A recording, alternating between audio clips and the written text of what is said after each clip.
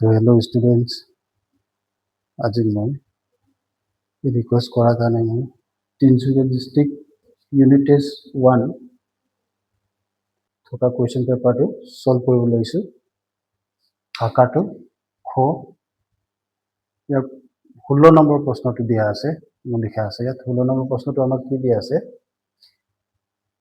চাই লওঁ।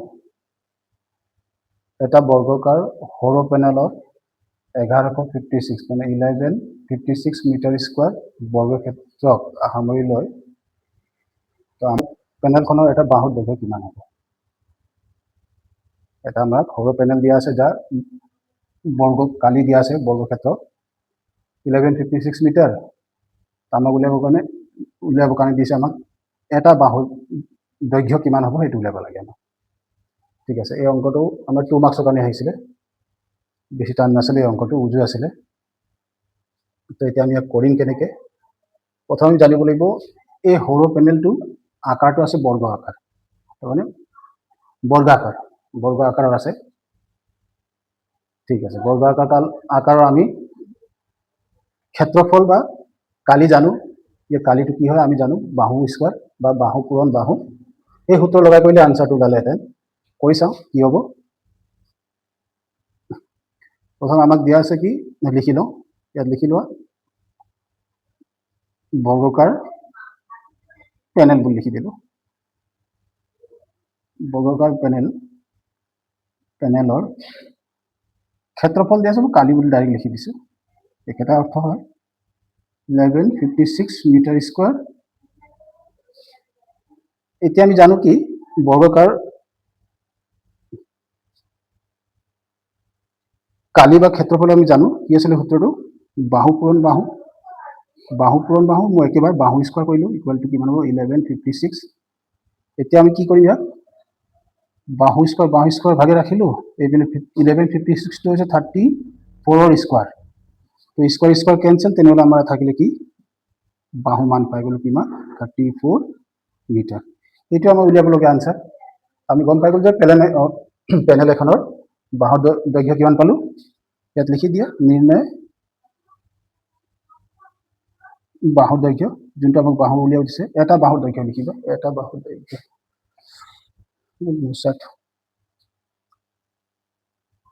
এটা বাহুৰ দৈৰ্ঘ্য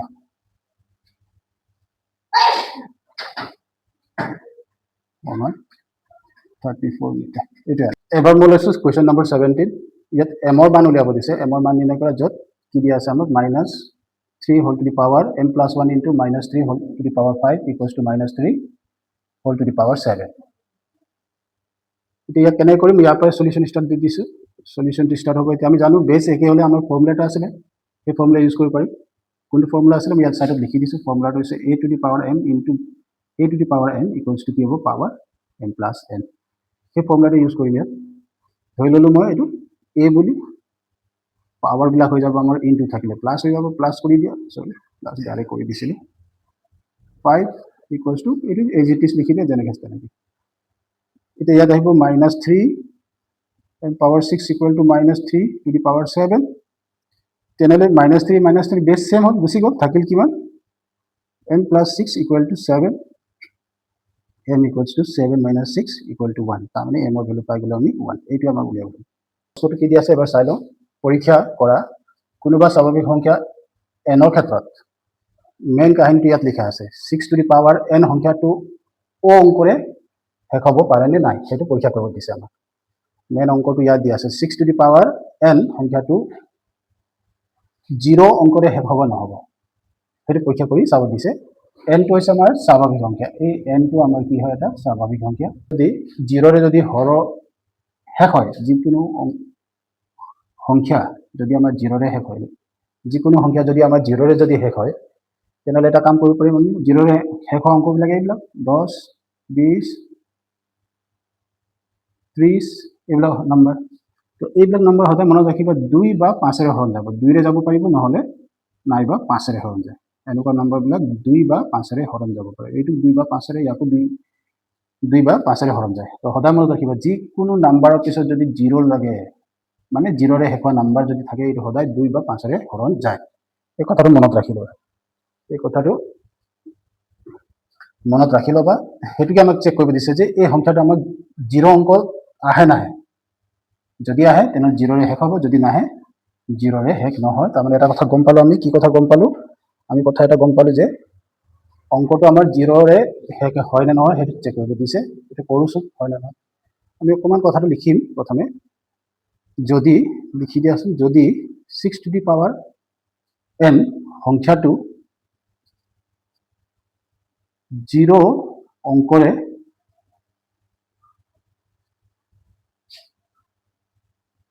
শেষ হ'বলৈ হ'লে বা শেষ হ'লে ই 5ৰে বিভাজ্য হ'ব লাগিব।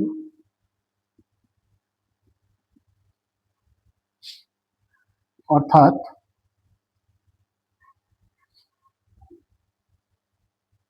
5 এটা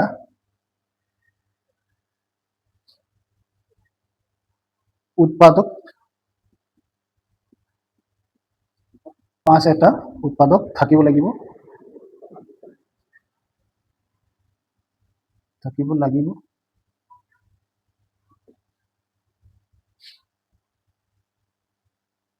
যিটো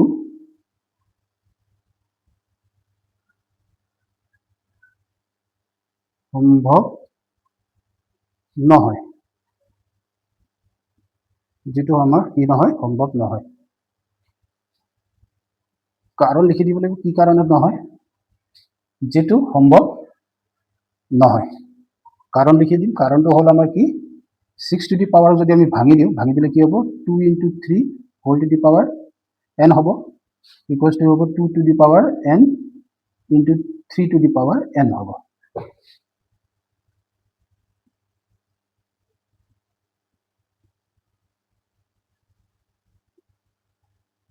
এনে কোনো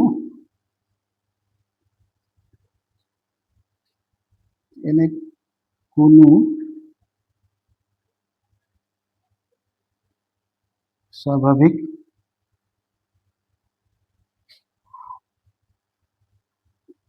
সংখ্যা n নাই, যাৰ ক্ষেত্ৰত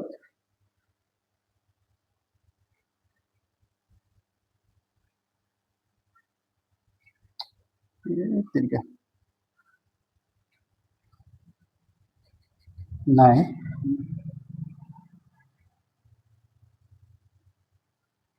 যাৰ ক্ষেত্ৰত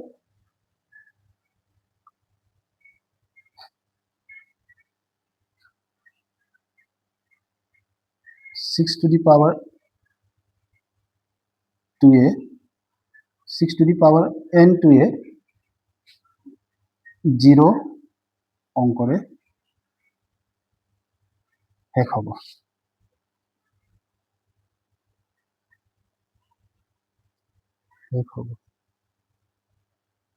এইটোৱে আনসাৰ। বেছি টান নাই, বেছি লিখাই দিয়া নাই, বেছিকৈ লিখিবও নালাগে। মই লিখিলোঁ কি, এবাৰ পঢ়ি লওঁ। মই যোনটো কথা কৈছিলোঁ সেইটো লিখা আছে ইয়াত। কি লিখিলোঁ, যদি 6 টু দি পাৱাৰ n টোক যদি 0 অংকৰে যদি শেষ হ'বলৈ হ'লে ই 5ৰে বিভাজ্য হ'ব লাগিব, অৰ্থাৎ 5 এটা উৎপাদক থাকিব লাগিব, যিটো সম্ভৱ নহয়। কাৰণ দেখুৱাই দিলোঁ যে 5 নাই। তো সেয়েহে মই কি লিখিলোঁ, এনে কোনো স্বাভাৱিক সংখ্যা n নাই, যাৰ ক্ষেত্ৰত 6 টু দি পাৱাৰ n এনে অ অংকৰে শেষ হ'ব। তো এইটোৱে ইয়াৰ আনসাৰ। নম্বৰ কুৱেশ্যনটো কি দিয়া আছে চাই লওঁ এবাৰ। যদি বহুপদ kx² + 2x + 3k ৰ মান শূন্য দুটাৰ যোগফল আৰু পূৰণফল যদি সমান হয়, তেন্তে k ৰ মান উলিয়াব দিছে।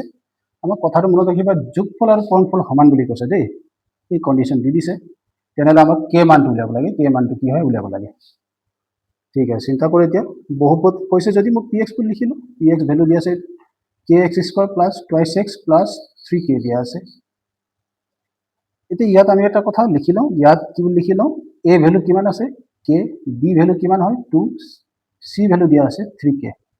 এতিয়া মনত ৰাখিবা, এই আগৰ যোনটো x² লগত থাকে, x² লগত থকা হৰকটো a বুলি কয়, x লগত থকা হহকটো b বুলি কয় আৰু বাদ বাকিটো c বুলি কয় মনত ৰাখিবা এইটো তোমালোকে অলপ জানাই চাগে ঠিক আছে এতিয়া আমাক প্ৰশ্ন মতে কি কৈছে একৰ্ডিং টু কোৱেশ্চন তাৰমানে প্ৰশ্ন মতে মই লিখিলো শূন্য দুটাৰ যোগফল আৰু পূৰণফল সমান বুলি কৈছে শূন্য দুটা ইয়াত লিখি দিয়া শূন্য দুটাৰ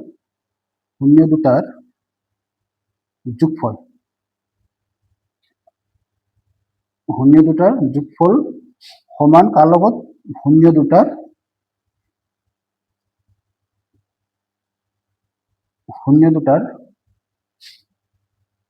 পূৰণফল এইটো কোৱেশ্চনত কৈ দিছে এতিয়া আমি জানো শূন্য দুটাৰ যোগফল আমাৰ সূত্ৰ আছে হাতত আছিলে কি -b/a ইকুৱেলছ টু শূন্য দুটাৰ পূৰণফল আছিলে c/a মাজত সমান চিহ্ন আছে a কাটি দিলো থাকিল কিমান -b এইপিনে c থাকিলে এতিয়া b ভ্যালুটো বহাই দিয়া b ভ্যালু ওলাব আমাৰ 2 এইপিনে পৰা আহিছে কিমান 3k এতিয়া কি কৰিম 3 টো এইপিনে লৈ ন পূৰণ আছে এইপিনে গ'লে কি হ'ব হৰণ হ'ব এই সাইডত থাকি যাব কি তেনেহলে -2/3 এইটো হৈ গ'ল আমাৰ k মান এইটো আমাক উলিয়াব দিছে আমাক 20 নম্বৰ কোৱেশ্চনত দিয়া আছিল x² - 3 বহুপদটো শূন্য উলিওৱা বুলি কৈছে আৰু ই যি দিয়া আছিল এইটো সবে পাৰিলে চাগে শূন্য উলিয়া বুলি ক'লে ডাইৰেক্ট x² - 3 0 0 লৈ কৰি দিবা শূন্য ওলাই যাব এতিয়া কৰিম কি x² + 3 হৈ গ'ল 3 টো এইটো লৈ না তো ইয়াত থাকি যাব x² + -√3 তো therefore x = -√3 আৰু এটা কি পালো আমি +√3 এইটো आंसर এতেকে নিৰ্ণয় ইয়াত লিখি দিয়া নিৰ্ণয় শূন্য দুটা এটা পালো -√3 এটা পালো +√3 এইটো ইয়াৰ आंसर 21 টো প্ৰশ্নটো দিয়া আছে আমাক কৈছে যে DE সমান্তৰাল AC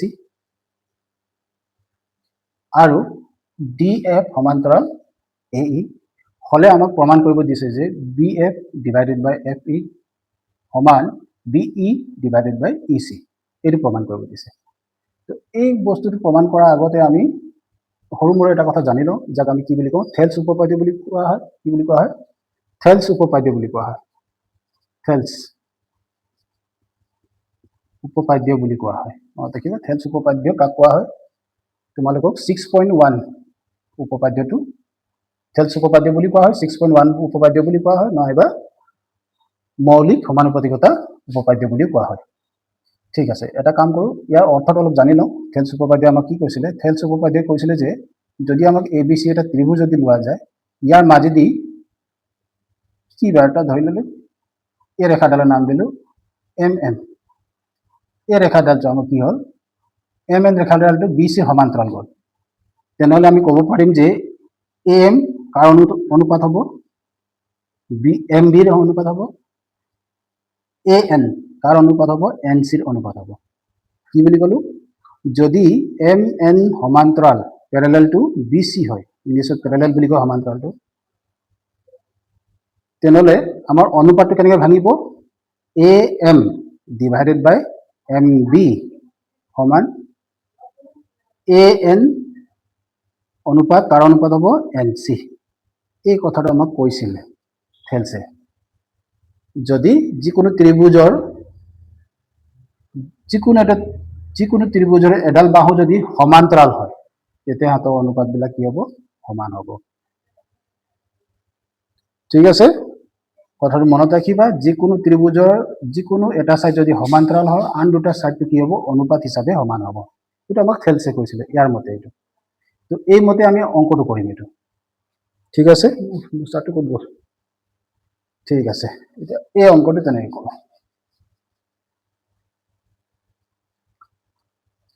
এতিয়া যি দিয়া আছে লিখি লোৱা আমাক দিয়া আছে কি BE সমান্তৰাল AC আৰু BF সমান্তৰাল AE দিয়া আছে প্ৰমাণ কৰিব লাগে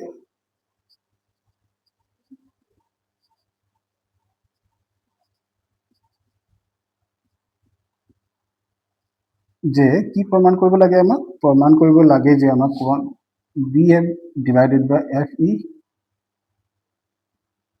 সমান BE / EC ঠিক আছে, প্ৰমাণটো কৰোঁ। প্ৰমাণটো কি কৰিম আমি, এতিয়া এই অনুপাতবিলাক বিচাৰিম আমি কোন কোন ত্ৰিভুজত সোমাই আছে। প্ৰথমে এইটো চেক কৰোঁ, DE অনুপাত নহয় দেই, সমান্তৰালটো। এই দুটা সমান্তৰাল কোন কোন ত্ৰিভুজত সোমাই আছে, DE সমান্তৰাল AC। DE বুলি ক'লে এডাল ৰেখা কৈছে, কাৰ লগত এইবিলাক চিনে দিয়া আছে, আমি কি চাব লাগে, ইয়াত চিনটো দিয়া আছে। এইটো চোৱা, দুটা এৰ চাইন দিয়া আছে, কাৰ চিন দিয়া আছে দুটা, তাৰমানে এই DF টো AE বাহুডালৰ সমান্তৰাল হয়।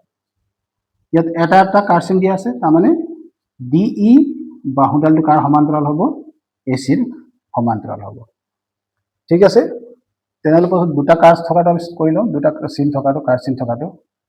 এইটো কোনটো ত্ৰিভুজত সোমাই আছে, তেনেহ'লে যদি মই এইটো মুচি দিয়া হয়, তেনেহ'লে আমাৰ ইয়াত ত্ৰিভুজ ওলাই যাব কোনটো, এই ত্ৰিভুজটো ওলাই যাব। ত্ৰিভুজটোৰ নাম পালোঁ আমি কি, ABE। এই ত্ৰিভুজত সোমাই আছে আমাৰ DF সমান্তৰাল AE। লিখি দিয়া, কোনটো ত্ৰিভুজত, ত্ৰিভুজ ADE। এই ত্ৰিভুজত, তো লিখিলো দেই, এই ত্ৰিভুজত, এইটো ত্ৰিভুজৰ চিম্বল হয়, ত্ৰিভুজত আমাৰ কি আছে, DF সমান্তৰাল AE। তো ইয়াৰ মতে আমি পাই গ'লো কি, থেলছৰ মতে কি পালো আমি, আমাৰ ষ্টাৰ্ট হ'ব B পইণ্টৰ পৰা, BD DA বাই,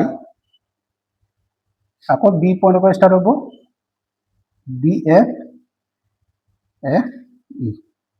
এইটো আহি গ'ল আমাৰ থেলছৰ উপপাদ্য। ইয়াত লিখি দিব পাৰিব, থেলছ উপপাদ্য বুলি।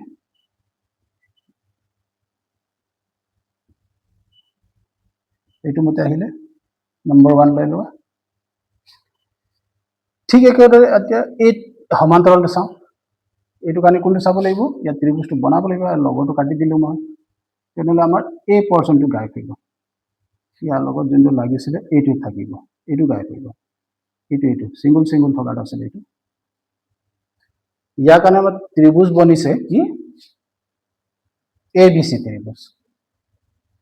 তো মই ইয়াত লিখি দিলোঁ, ত্ৰিভুজ ABC। এই ত্ৰিভুজত আমাৰ DE ৰেখাডাল কাৰ সমান্তৰাল হৈছে, AC। তো ইয়াৰ মতে আমি পাই গ'লো কি, আকৌ B পইণ্টৰ পৰা ষ্টাৰ্ট হ'ব আমাৰ BD বাই DA সমান BE বাই EC। এইটো কেলে হ'ল, কথাটো লিখি দিয়া ইয়াত, থেলছৰ উপপাদ্য মতে এইটো 2 নম্বৰ বুলি ধৰি লওঁ।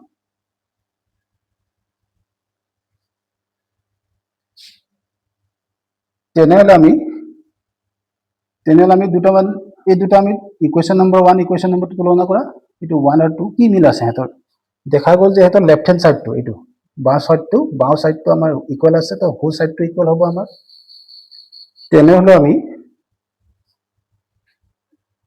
তেনেহ'লে আমি ক'ব পাৰিম যে বাওঁ চাইড যদি ইকুৱেল হয়, তেনেহ'লে সোঁ চাইডটো আমাৰ কি হয়, ইকুৱেল হ'ব। এইটো কোনে কৈছিলে, ইউক্লিডৰ আমাক ক্লাছ 9ত পঢ়িছিলোঁ আমি, চেপ্টাৰ নম্বৰ 5টো। চেপ্টাৰ নম্বৰ 5ত ইউক্লিডে কৈছিলে যে এক চাইডে যদি সমান হয়, বেলেগ চাইডতো কি হ'ব, সমান হ'ব। তেনেহ'লে গম পালে যে আমাৰ লেফ্ট চাইড যদি ইকুৱেল হয়, ৰাইট চাইডো ইকুৱেল হ'ব। সেইকাৰণে আমি ইয়াত লিখিম 1 আৰু 2ৰ পৰা।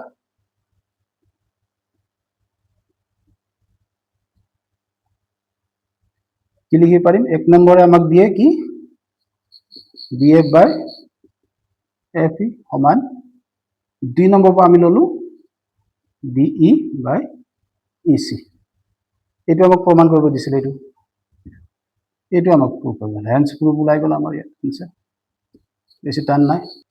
তো এবাৰ ল'লো 22 নম্বৰ নে 23 নম্বৰ কুৱেশ্যন পেপাৰ পৰিছে, জানো মোৰ ইয়াত খালি ভুল হৈছে নেকি, চাই ল'বা তোমালোকে। উৎপাদক বিশ্লেষণ কৰাটো আমাক দিছিলে। তো প্ৰশ্নটো আছিলে 3x to the power 6 plus 6x power 4 minus 45x। এই অংকটো আমাক দিয়া আছিলে। এতিয়া এই আনসাৰটো দিব হলে আমি প্ৰথমে কি কৰিব লাগিব প্ৰথমে আমি চিন্তা কৰিব লাগিব সবে জানে এইটো অংকটো কি কৰিব লাগিব উৎপাদক বিশ্লেষণ কৰা মানে মিডল টাৰ্ম ব্ৰেকিং মধ্য ভাঙনি কিন্তু মধ্য ভাঙনি কৰাৰ আগতে প্ৰথম চিন্তা কৰাচোন যে কিবা কৰিব পাৰি নোৱাৰি সেইটো চিন্তা কৰা চিন্তা মানে কি কৰিব লাগিব কমন সমন ল'ব পাৰি নোৱাৰি কমন সমন ল'লে আৰু উজুৱে হ'ব আমাৰ সোনকালে হ'ব আনসাৰটো তো এক কাম কৰিম কমন ল'বলৈ চেষ্টা কৰিম কমন ল'বলৈ মই ষ্টাডি আপাই দি দিছোঁ সলিউশনটো কমন আহিব কাৰণ কেলে ইয়াত 3 ৰে 6 গৈছে 45 গৈছে 3 কমন আহি গ'ল ইয়াত x আছে ইয়াত x সো ইয়াত স্কয়াৰ এটা yes ইয়াত স্কয়াৰ এটা আছে তো আমি দেখিলো যে x স্কয়াৰ সবতে x স্কয়াৰ কমন আছে 3 কমন আছে তাৰ মানে ইয়াৰ পৰা গম পালো যে 3x টু দি পাৱাৰ 2 আমাৰ কমন হৈ গ'ল তো ইয়াত থাকিব পাৱাৰ 4x প্লাস 3 ৰে 6 দুবাৰ যাব 4টা x আছিল দুটা ওলাই গ'ল থাকিল 2x স্কয়াৰ তাৰপিছত ইয়াত থাকিব 3 ৰে 45 15 বাৰ যাব 3 15 45 x স্কয়াৰ আছিল ওলাই গ'ল এইটো আহি গ'ল আমাৰ কমন এতিয়া ইয়াৰ পিছত কমন লোৱাৰ পিছত আমি চিন্তা কৰিম কি ইয়াত মধ্য ভাঙনি ইয়াৰ মধ্য ভাঙনিটো কিমান হ'ব এটা 15 ব্ৰেক কৰিব লাগিব যেনেকৈ দুটা নম্বৰ যোনটো নম্বৰ আমাক পূৰণ কৰিলে 15 দিব আৰু মাইনাস কৰিলে 2 দিব তেনেকৈ দুটা নম্বৰ আমি গম পাই গলো 5 3 গুণ 15 5 আৰু 3 তো 5 পৰা 3 গলে আমাৰ থাকিব কিমান 2 তো আমি ইয়াত লিখিব পাৰিম এইটো ভাঙিব লাগিব ইয়াক লিখিম কি 5x 5 ৰ পৰা কিমান মাইনাস কৰিম 3x ইয়াত স্কয়াৰ আছে কাৰণ স্কয়াৰ দিলো -15 মধ্য ভাঙনি কেনে কৰিলো গম পালে চাগে তো 5x স্কয়াৰ পৰা 3x স্কয়াৰ গলে থাকিল কিমান 2x স্কয়াৰ এতিয়া আমি কি কৰিম দুটা কমন লোৱা এইটো জি আছে এইটো লিখি দিয়া ইয়াৰ কমন হৈ যাব x স্কয়াৰ ইয়াত x স্কয়াৰ প্লাস 5 ইয়াত কমন আহি যাব আমাৰ -3 কমন হৈ যাব x স্কয়াৰ এইটো মাইনাস আৰু মাইনাস থাকি প্লাস হৈ যাব 5 3 গুণ 15 এতিয়া আমি দেখিলো যে ইয়াত আকৌ কমন পালো x square plus 5 x square plus 5 আকৌ কমন লোৱা x স্কয়াৰ প্লাস 5 আৰু কমন নথকা কি আছে এটা x স্কয়াৰ আছে এইপিনে কি আছে এটা -3 এনেলা আহিলে x স্কয়াৰ -3 এইটোই আমাৰ আনসাৰ 22টা টেস্ট নম্বৰ কোৱেশ্চন লগে কৰিলো আৰু বাদ বাকিখিনি নেক্সট ভিডিঅ'ত দিয়া হ'ব ঠিক আছে এইবিলাক চাই লবা কিবা বুজি নাপালে সুধিবা কমেন্ট কৰিবা আৰু কাবাৰ কিবা কোৱেশ্চন পেপাৰ দিব মন গৈছে কৰাব মন গৈছে তো মোক সেন্ড কৰি দিয়া মই কৰাই দিম এইবিলাক যিখিনি তোমালোকে কনফিউজ হৈছা ঠিক আছে তেনেহলে আজি কাৰণে ধন্যবাদ